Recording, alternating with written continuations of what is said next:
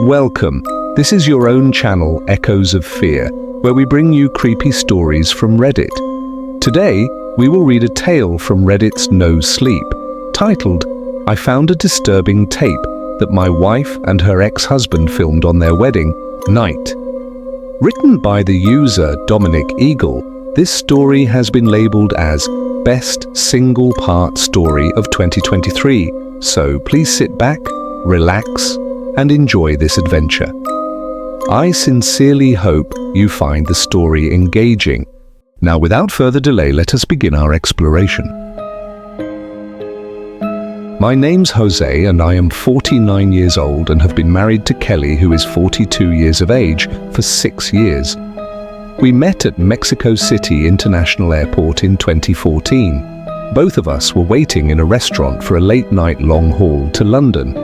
The pretty stranger quickly clocked my black epaulets, each bearing 4 yellow stripes, then swiveled in her bar stool to smile at me. It was an unconvincing smile, I remember that. She looked like she'd been crying, and I also remember her asking, "Are you flying somewhere far, far away?" When I answered, Kelly smiled and revealed that she would be one of my passengers. I don't remember much of my response, truth be told, but I quipped about her being in safe hands because I'd just read Flying for Dummies. And she laughed, politely as if it were the first time she'd heard that joke. In all honesty, as scummy as it seems, I wanted to impress her.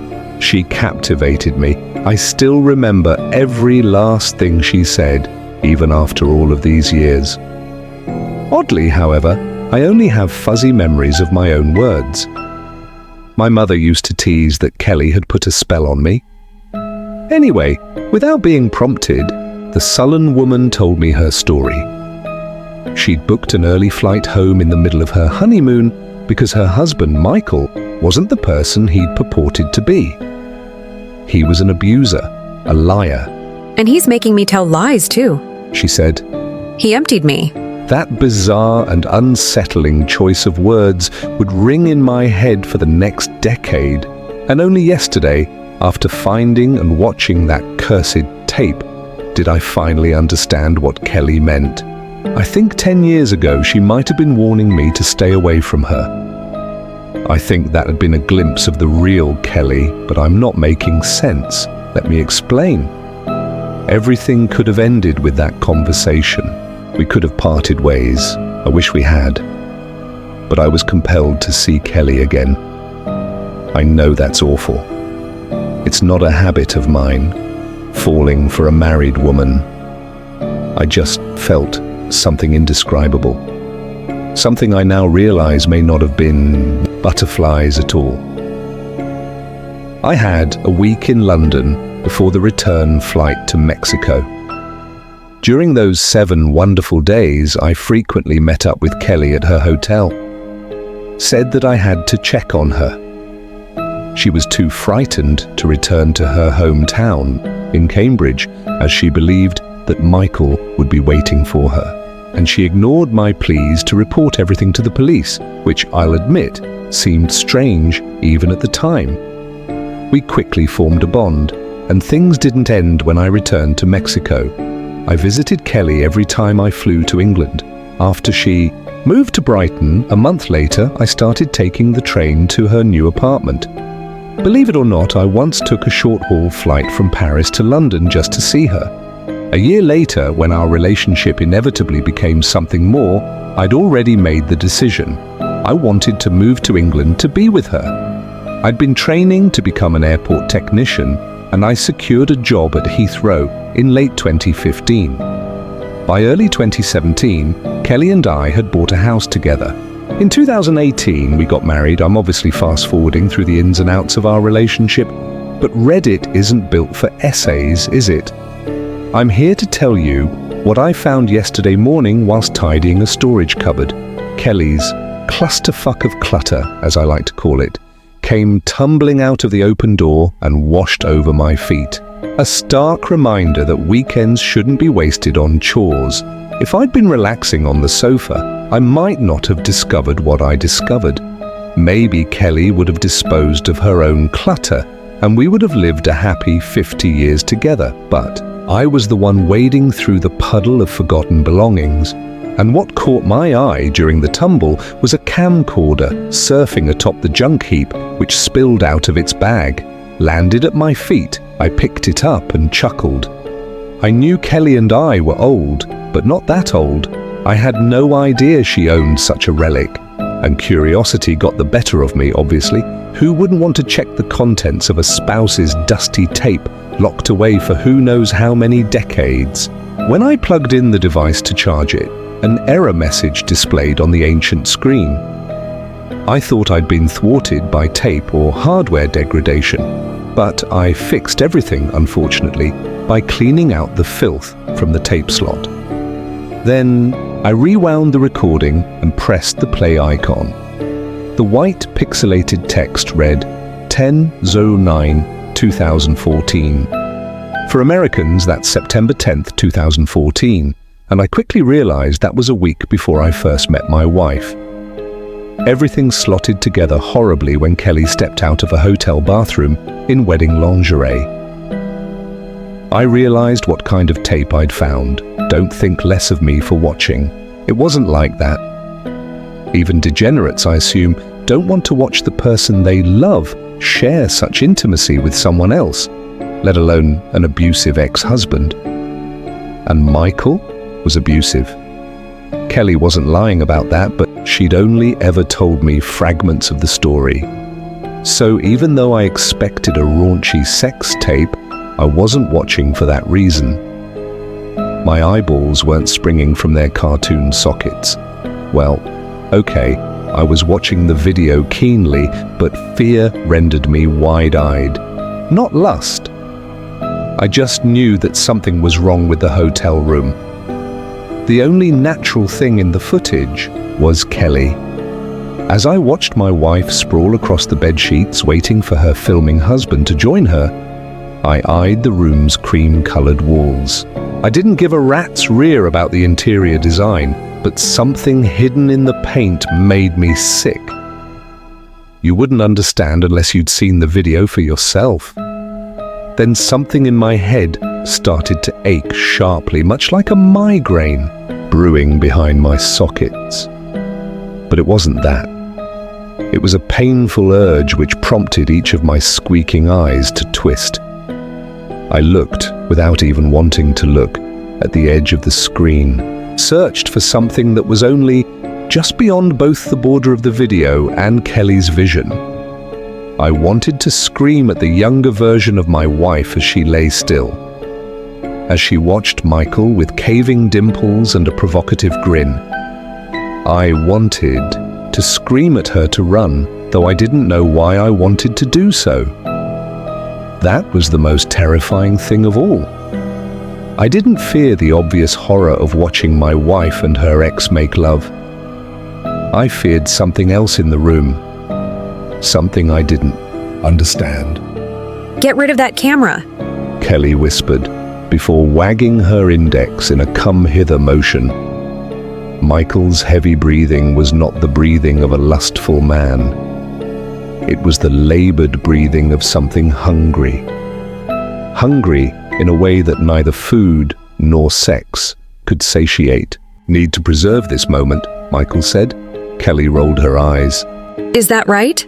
In response, the man stopped breathing, and my wife's face changed. Her sultry smile morphed into not a frown, but downturned lips. Lips hung open in the same horrified expression that I must have been wearing while watching the tape.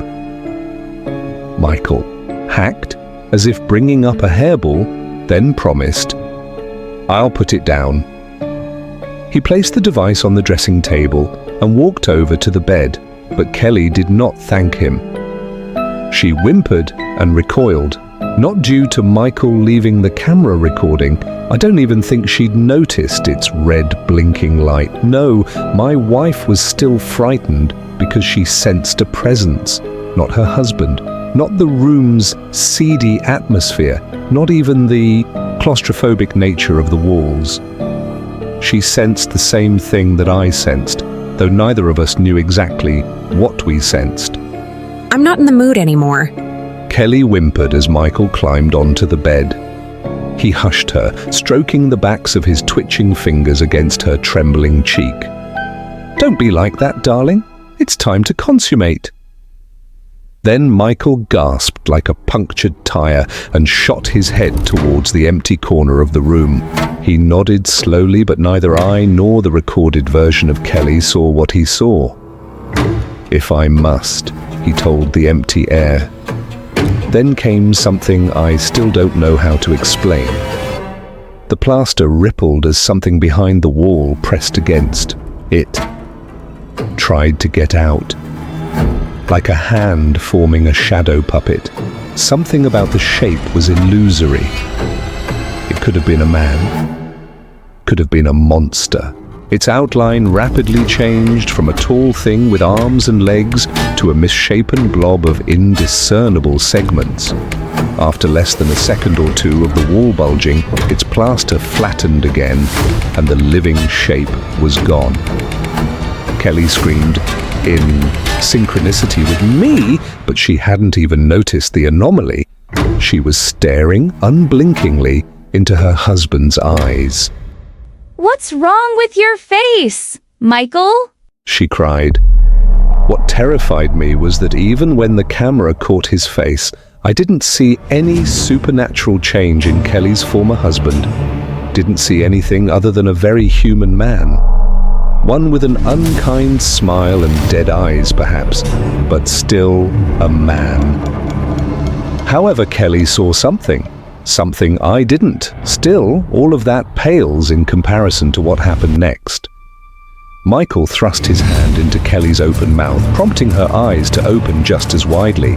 Her husband's whole forearm plunged into her jaws, muffling her series of screams.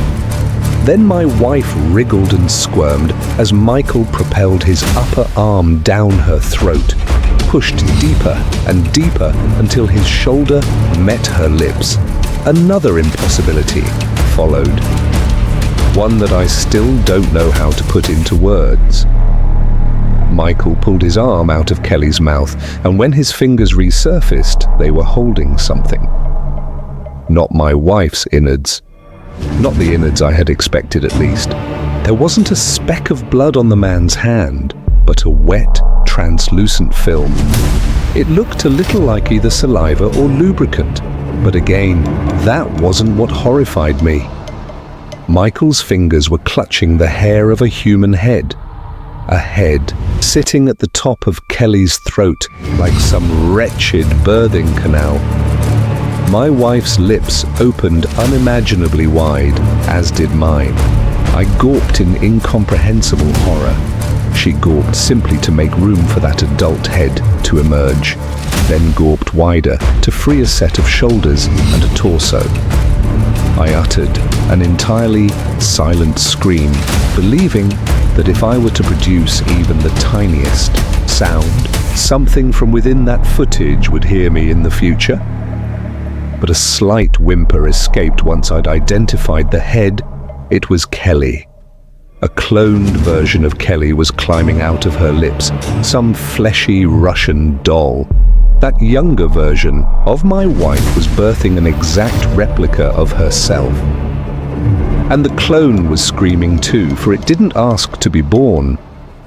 The original Kelly's skin started to crinkle, crease, and shrivel into something smaller.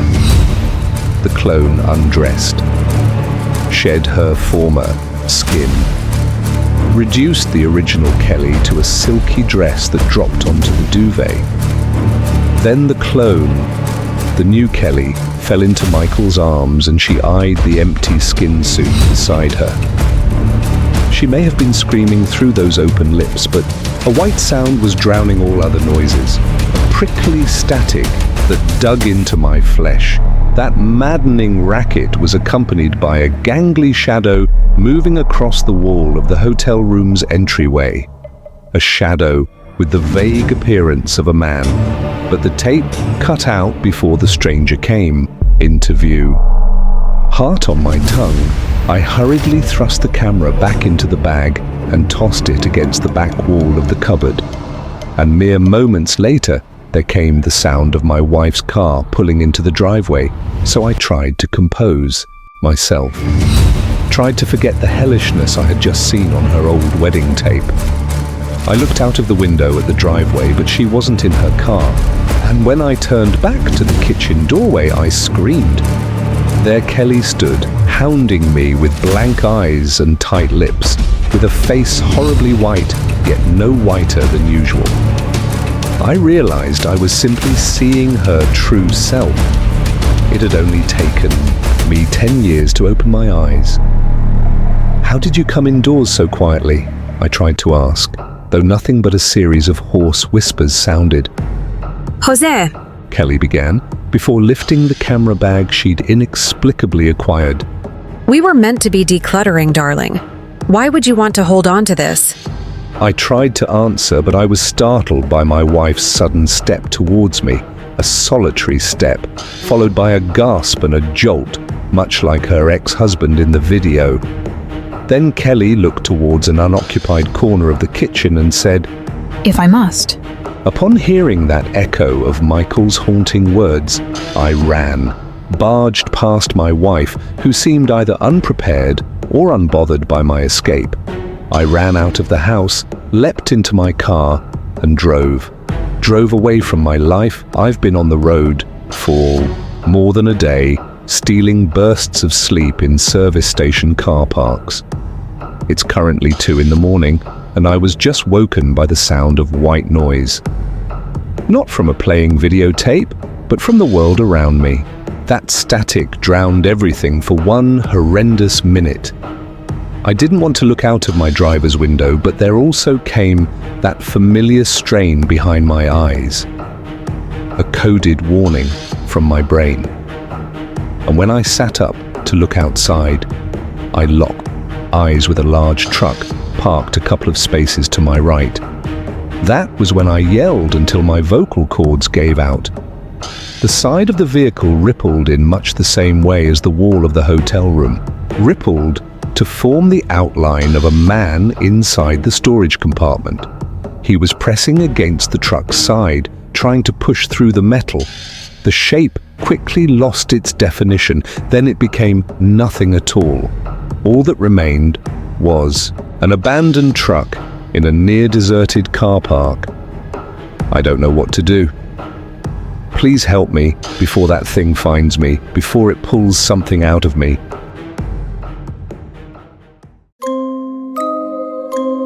Thank you for joining us on this expedition through echoes of fear. A special mention is due to Dominic Eagle from Reddit NoSleep for telling us this story. If this story left you gasping and heaving for more, remember to like, share, and subscribe for more clawing tales. Do you know any tale you've been keeping hidden to yourself? One that just cries to be told? Tell us about it in the comment section below. It may find some space in the upcoming haunted episode. Until next time, stay safe.